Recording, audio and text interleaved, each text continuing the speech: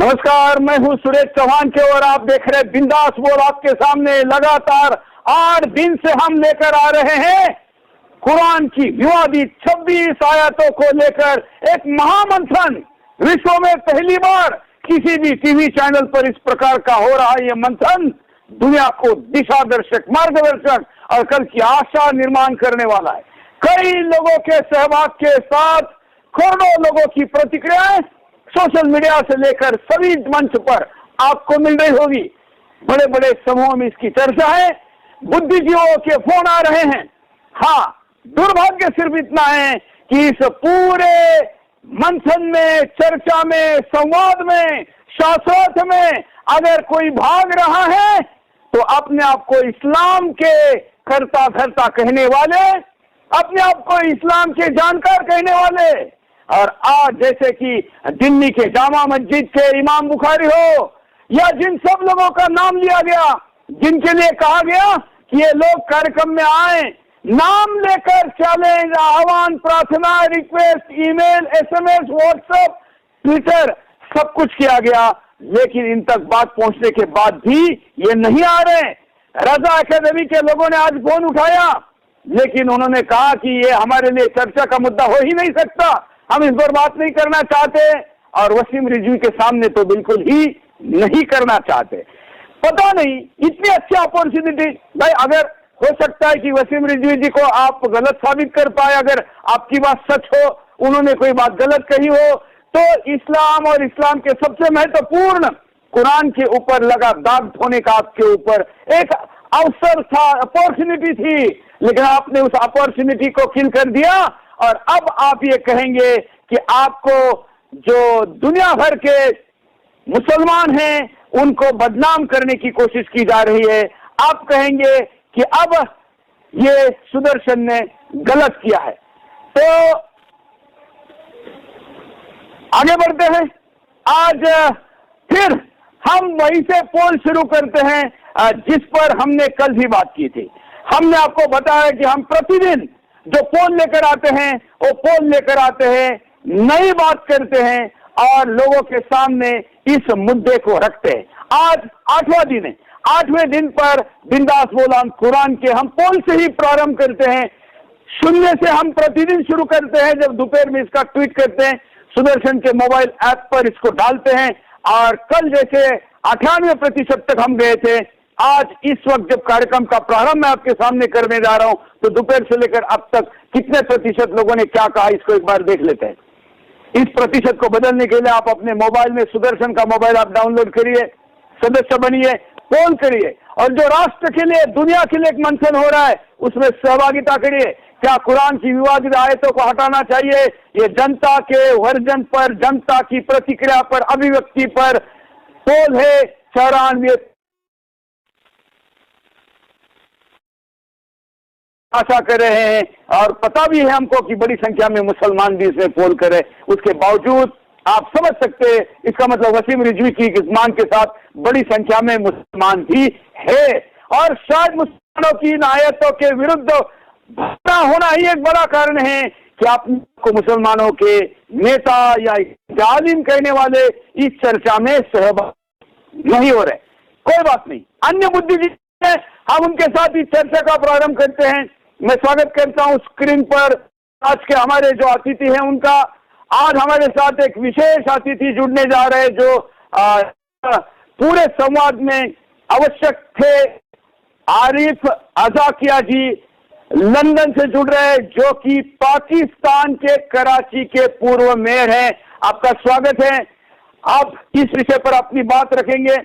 महेंद्रपाल आर्य जी हमारे साथ पहले से हैं, और आप जानते हैं कि वो पूर्व में मुस्लिम थे।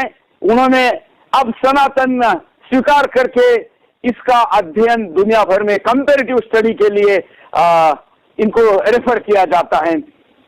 अब ये पहले दिन से हमारे साथ है। थोड़ी देर में हमारे साथ इस पूरी चर्चा के केंद्र बिंदु, जिन्होंने इस कुछ लोगों के लिए विवाद तो कुछ लोगों के लिए एक ऐसा अवसर जो कि अगर आयत हटती है और लोगों के दिमाग में पड़ने वाले उसके बुरे परिणामों को हटाया जाता है तो मानवता बचने की संभावना निर्माण करती है, ऐसे वसीम रिजवी जी हमारे साथ जुड़ेंगे। हमारे साथ पिछले 3 एपिसोड से जो जुड़े हुए हैं।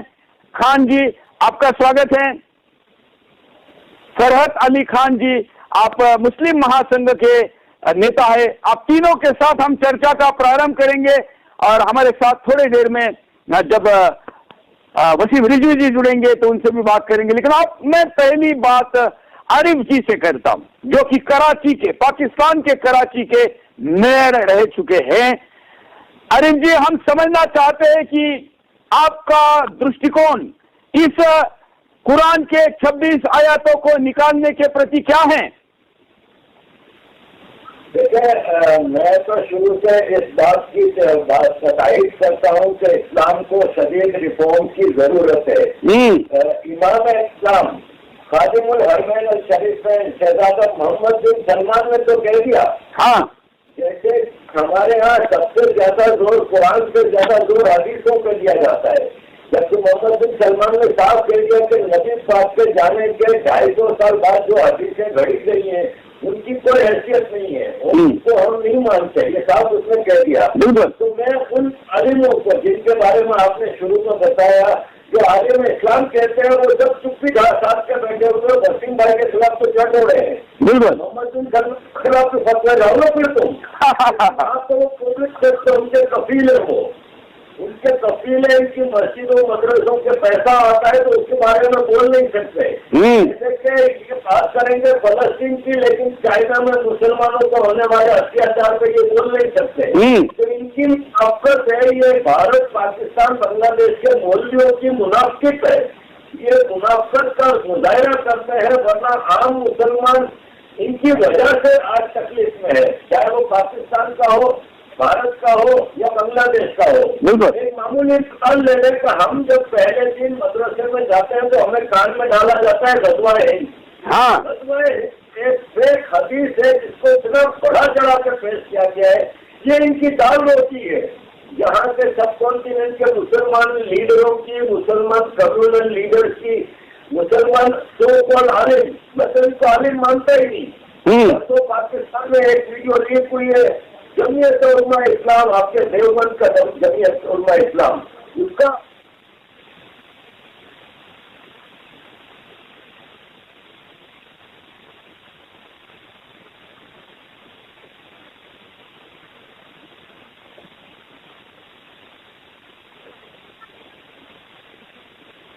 जुम्मे को चेक करोगे तो मैं तुम्हारे को पास करूंगा।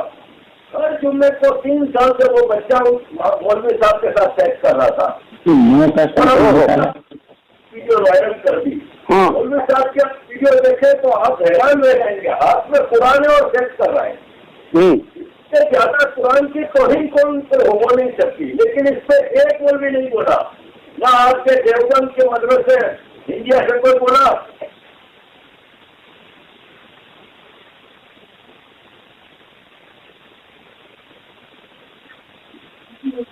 हम लगा देंगे।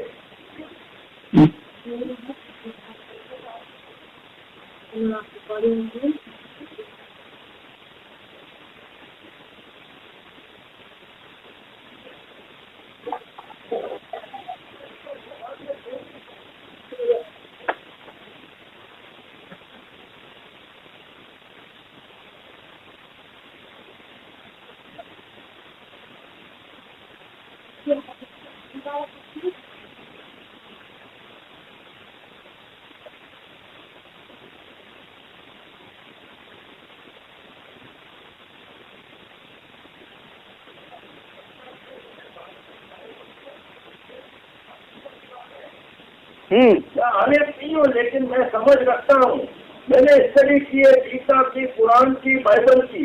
ये भगवत गीता ही है जिसमें इंसानियत की बात की गई है। बाकी तो तुम मुसलमान हो तो तुम जन्नत में जाओगे और कोई तुम्हें जीने का हक है, या बाइबल के मुताबिक अगर तुम क्रिश्चियन हो, गॉड को बिलीव करते हो, जीसस को बिलीव करते हो, तो ही तुम सुपर रेस के वो हो। गीता कहती है तुम इंसान बनो यार, मुसलमान, हिंदू, सिख, ईसाई बाद में बनना, पहले इंसान बनो, अपने एटमोस्फियर का ख्याल रखो, अपने इर्द गिर्द सारे जानवर, पौधे, फल, फूल, इन चीजों का ख्याल रखो।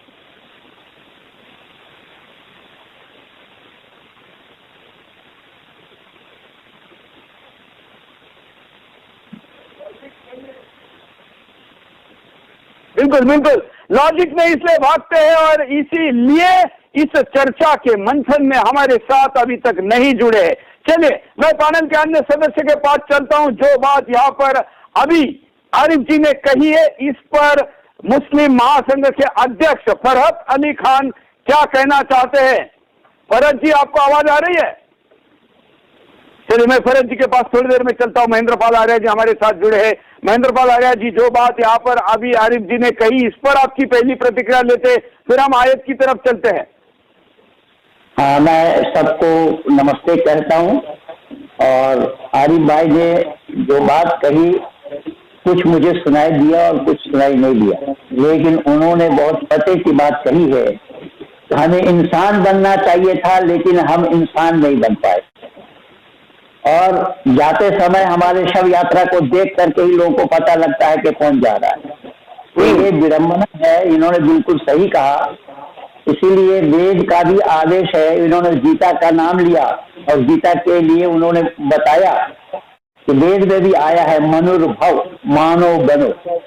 लेकिन दुर्भाग्य तो यही है कि हम धरती पर आए हैं, मानव बन नहीं सके, और मानव बनने के लिए प्रयास भी नहीं किया जा रहा है। मानव बनने के लिए जो प्रयास है उससे भी हम अलग हट चुके हैं। विडम्बना तो यही है। इसीलिए तो ये सब जितनी भी परेशानी है उसका सबब यही है। भाई आरिफ भाई जी का मैं सम्मान करता हूँ और उनका स्वागत करता हूँ। बहुत ठीक कहा उन्होंने, और हम लोग इसी प्रयास में इतने वर्षों से लगे हुए हैं। आपको बहुत साधुवाद है चौहान साहब। अभी हम आयत की तरफ चलते हैं और आज हम जिस आयत पर बात करने वाले हैं, मुझे लगता है फरहत जी तक आवाज जा रही क्या? चलिए हम अभी जो आयत जिस पर आज हम बात करने वाले हैं, सूरा और आयत दोनों आपको सुनवाते हैं। वसीम जी भी हमारे साथ जुड़े, फिर उनके पास जाएंगे। ये सूरा 9 आयत 37 तक हो गया था। आज हाँ सूरा 5 आयत 57 है।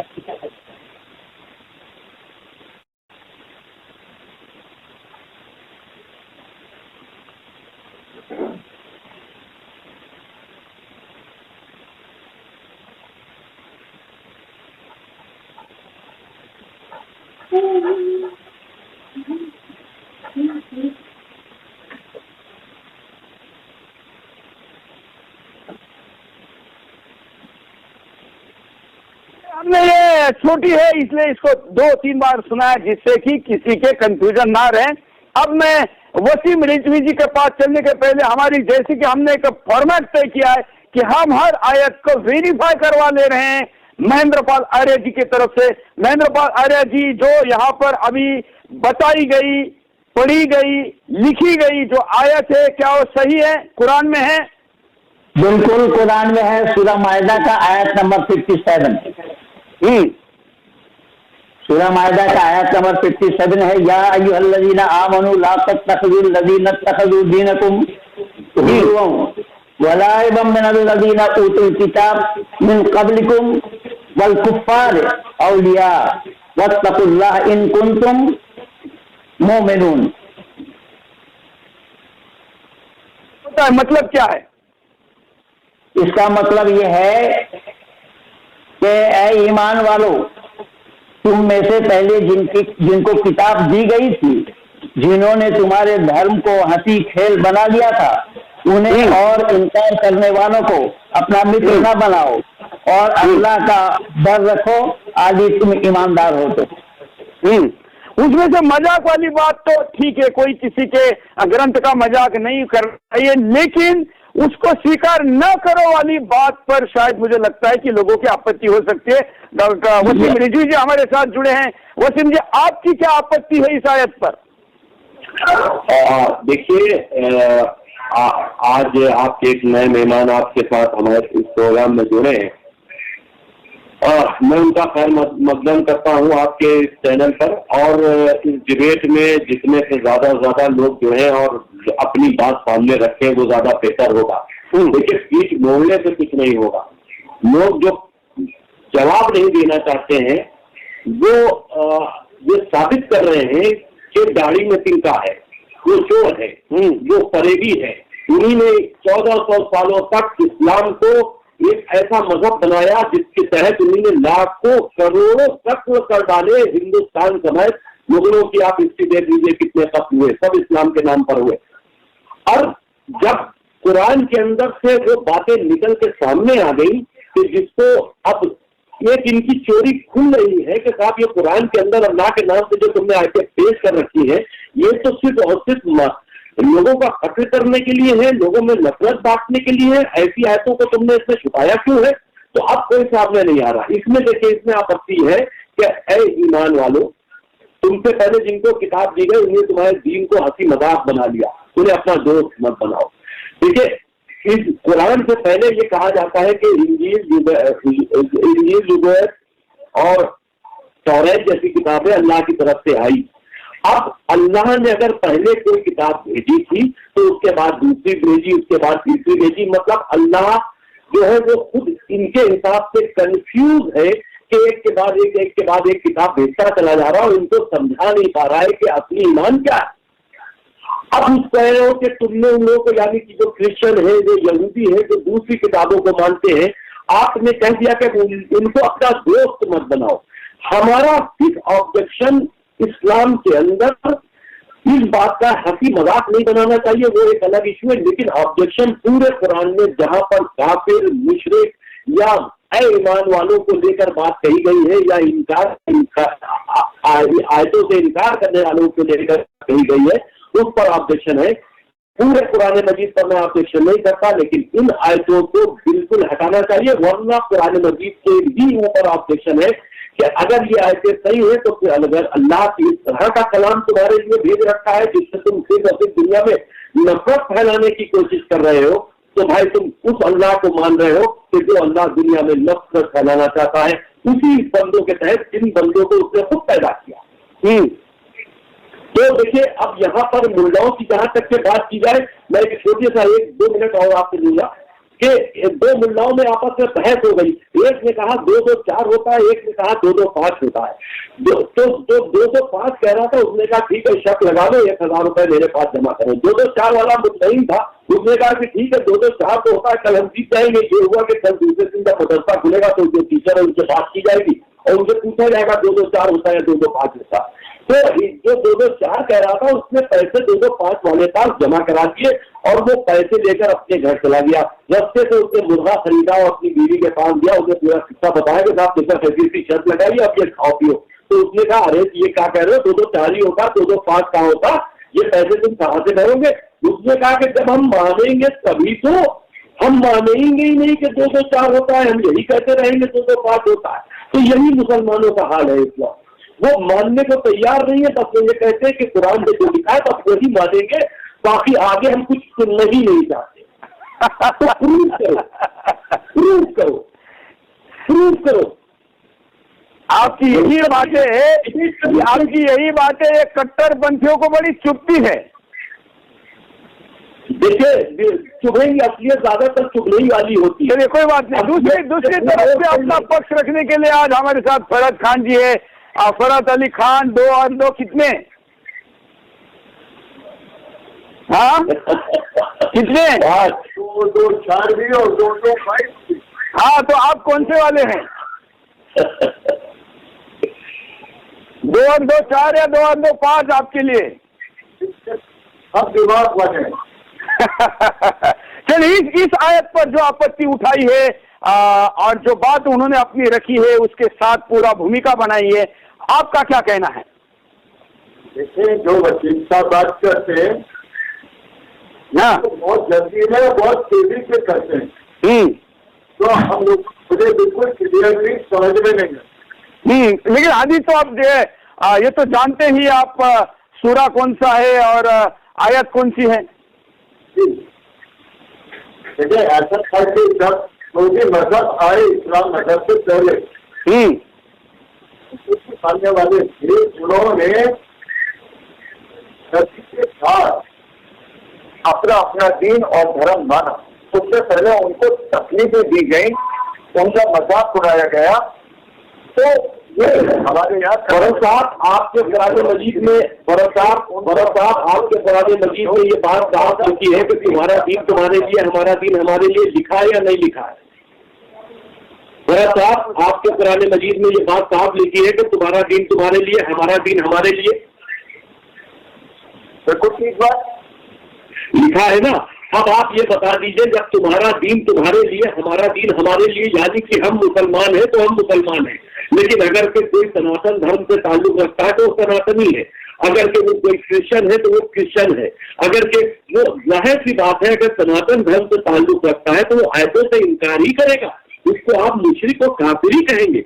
जो कोई ईसाई है, जो ईसाई धर्म से ताल्लुक रखता है, यहूदी धर्म से ताल्लुक रखता है, तो वो अपने मजहब को मानेगा, आपके आयतों से इनकार ही करेगा, आपके कुरान मजीद से इनकार ही करेगा, आपके रसूल से इनकार ही करेगा, आपके अल्लाह से इनकार ही करेगा। लेकिन जब आपने ये बात कह दी, सुनिए फरोज साहब, जब आपने ये बात कह दी कि तुम्हारा दीन तुम्हारे लिए, हमारा दीन हमारे लिए, तो आप अपने दीन पर मुतमईन क्यों नहीं है?